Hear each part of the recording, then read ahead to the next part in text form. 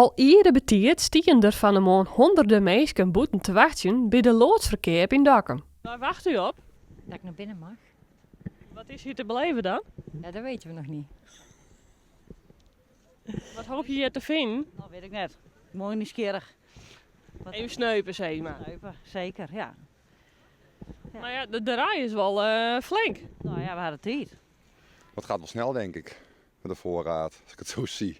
Nou ja, maar de mensen die erop aankomen inderdaad, dan in best ook nog net in natuurlijk, hè? Nou, nee, nog niet, nee. Ze zei ook wel hier 8 uur wezen, maar ja, het valt er wat mee. Uur of 9 kan ook wel 8:30, maar ja, het is mooi druk. Ja. Wat goed dat je hem er nou al bent. Ja, toch wel, ja. Ik had het niet verwacht. Nou, maar gauw verder dan. Succes! Om 8 uur mochten de eerste 250 mensen maar in karren naar binnen om te gaan sneupen bij deze tijdelijke winkel. Nou, we gokken op de Sinterklaas inkopen. We hebben heel veel cadeauartikelen, speelgoed. Ook op de kerst, heel veel kerstartikelen. Wat we in de loop van de maanden opgespaard hebben. En we hebben het hier op 3.500 meter uitgestald.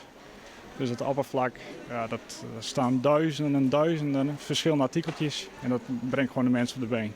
Zeker omdat we het super goedkoop geprijsd hebben. Gewoon mensen zijn zo fan van het fenomeen loodsverkeer dat ze van heine en vier komen. Zo ook Mies van Wingeren uit Gorinchem. Ze stie om zo'n uur al in de regen. Ik ben vanochtend om 4:30 vertrokken om hier te kunnen zijn, ja. Wat is hier nou zo leuk aan dan? Ze hebben altijd ontzettend leuke dingen. Ik word er helemaal blij van. Ja, u ook denk ik, of niet? Als u al die dingen ziet. Ja, het is gewoon een feestje. Nou, we gaan naar Damwoude. Daar heb ik ook gehoord dat er nog een extra winkel bij is gekomen. Ja, daar koop ik, daar koop overal eigenlijk. Maar ook bij de lokale, hè.